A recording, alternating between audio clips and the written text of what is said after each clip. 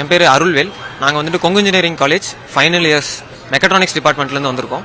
So எங்கள் project என்னன்னா, விவசாயிகள் வந்துட்டு இந்த வாழைமர தண்டை வந்துட்டு அந்த வாழைமரம் வெட்டினங்கப்புறம் அந்த தண்டை வந்துட்டு வேஸ்ட்டாக ஃபீல்ட்லேயே போட்டுறீங்க. ஸோ அது வழியாக உங்களுக்கு எந்த வகையான ஒரு இன்கம் சோர்ஸும் உங்களுக்கு வரதில்லை. ஸோ அதுக்காக தான் நாங்கள் இந்த வந்துட்டு ப்ராஜெக்ட் செஞ்சுருக்கோம். ஸோ நாங்கள் என்ன பண்ணோம்னா, நீங்கள் உங்கள் பனானா ஃப்ரூட்டை வெட்டின உடனே அந்த வாழை மரத்தண்டை நாங்கள் உங்ககிட்ட இருந்து வாங்கிக்குவோம். விவசாயிகள்கிட்ட நேரடியாக நாங்கள் வாங்கி எங்ககிட்ட ஒரு 5 வகையான ப்ராடக்ட்ஸ் இருக்குது. ஸோ அந்த வாழைத்தண்டை நாங்கள் வந்துட்டு பிளாஸ்டிக்கு ஆல்டர்னேட்டிவான ப்ராடக்ட்ஸ், இப்போ drinking straws, craft paper, so இந்த மாதிரியான சில பொருட்களை நாங்கள் பனானா ஸ்டெம்லேருந்து தயாரிக்கிறோம். ஸோ இப்போ பார்த்தீங்கன்னா முதல் ப்ராடக்ட் வந்துட்டு நம்மளுக்கு ட்ரிங்கிங் ஸ்ட்ரா. ஸோ எல்லாருக்குமே தெரியும், பிளாஸ்டிக் ஸ்ட்ராவில் வந்துட்டு மைக்ரோ பிளாஸ்டிக் வந்துட்டு நம்ம தண்ணியில் கலந்து நம்ம உடலுக்குள்ளே போகும். ஸோ அதை தடுக்கிற விதமாக இந்த மாதிரி பனானா ஸ்ட்ரா செஞ்சுருக்கோம். இது வந்துட்டு பார்த்தீங்கன்னா வாழை மர தண்டுலேருந்து நாங்கள் இந்த ஸ்ட்ரா செஞ்சுருக்கோம். இது பார்த்தீங்கன்னா உங்களுக்கு 2 மணி நேரம் எந்த ட்ரிங்கில் போட்டாலும் நீங்கள் தாராளமாக யூஸ் பண்ணிக்கலாம். ஸோ இது பார்த்தீங்கன்னா உங்களுக்கு 30 டேஸில் மக்கிரும். உங்களுக்கு மண்ணில் போட்டிங்கன்னா உங்களுக்கு 30 நாளில் மக்கி வந்துடும் உங்களுக்கு.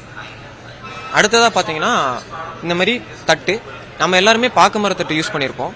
அதில் இப்போ என்ன ரீசெண்டாக ரிசர்ச் என்ன பண்ணியிருக்காங்கன்னா, அதில் பிபிஏ கெமிக்கல்ஸ் வந்துட்டு நிறையா கேன்சர் காசிங் ஏஜென்ட்ஸ் இருக்குன்னு ரிசர்ச் பண்ணி வந்திருக்கு. ஸோ இப்போ கூட யூஎஸ் வந்துட்டு இம்போர்ட்ஸ் வந்து பேன் பண்ணியிருக்காங்க இந்தியாவிலேருந்து.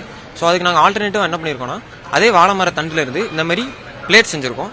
இது பார்த்தீங்கன்னா நேச்சுரலாகவே ஒரு வேக்ஸ் கண்டென்ட் இருக்கும் பனானால. எபிக்யூட்டிகுலர் வேக்ஸ்னு ஒரு வேக்ஸ் கண்டென்ட் இருக்கும். இது பார்த்தீங்கன்னா உங்களுக்கு 6 மணி நேரம் அதாவது வெட் ஃபுட், ஈரப்பதமான ஒரு உணவை நீங்கள் வச்சிங்கன்னா கூட 6 மணி நேரம் நீங்கள் வச்சு இதில் யூஸ் பண்ணலாம். இதுதான் நம்ம பனானா, அதனால தான் நம்ம பனானா ஃபைபர் வந்து சூஸ் பண்ணியிருக்கோம். அடுத்தபடியாக பார்த்தீங்கன்னா நம்ம எல்லாருமே தேங்காய் மஞ்சு யூஸ் பண்ணியிருப்போம். தேங்காய் மஞ்சில் என்ன பிரச்சனைனா, தேங்காய் மஞ்சு செய்யக்கூடிய ஃபேக்ட்ரிஸ் வந்துட்டு அந்த குட்டானா போட்டு வச்சிருக்க அந்த தேங்காய் இதில் தண்ணி விடுறாங்க. அந்த தண்ணி வந்துட்டு டேனின்ங்கிற கெமிக்கல், அதாவது தேங்காய் ஃபைபரில் ஆல்ரெடி இருக்கிற டேனின்ங்கிற கெமிக்கலை எடுத்துக்கொண்டு கிரவுண்ட் வாட்டருக்குள்ளே போயிடும். ஸோ அதை சுற்றி இருக்க வீடு வந்துட்டு நாங்கள் போர் போட்டிங்க இல்லைன்னா ஒரு கிணறு வெட்டுறீங்கன்னா அந்த டேனின் கலந்த தண்ணி தான் உங்களுக்கு வரும். ஸோ டேனின் வந்துட்டு என்னன்னா உங்களுக்கு கேன்சர், அதுக்கப்புறமா லிவரில் வந்துட்டு ஸ்டோன் உண்டாக்குறதுக்கான உங்களுக்கு ப்ரூஃப்ஸ் வந்து இருக்குது.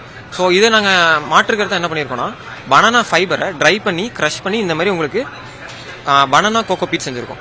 ஸோ இந்த கோகோபீட்டில் பார்த்தீங்கன்னா 2 மடங்கு, அதாவது கோகோனட் ஃபைபரில் என்ன அளவு தண்ணி ஹோல்டு பண்ணுமோ அதை விட 2 மடங்கு நம்ம பனானா ஃபைபரில் ஹோல்டு பண்ணோம்.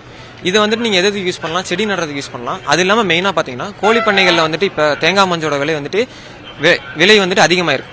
அதுக்கும் நீங்கள் வந்துட்டு இந்த மாதிரி பனானா ஃபைபரில் இதுக்கு இந்த கோகோபீட்டு நம்ம யூஸ் பண்ணலாம். நம்ம அடுத்ததாக பார்த்தீங்கன்னா நம்மகிட்ட அட்டைப்பொட்டிகள் இருக்குது.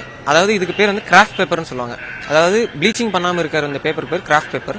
ஸோ இந்த பேப்பர் வந்துட்டு பார்த்தீங்கன்னா நம்ம பனானா அந்த ஸ்டெம்லேருந்து இருக்க பல்ப்லேருந்து செஞ்சுருக்கோம்.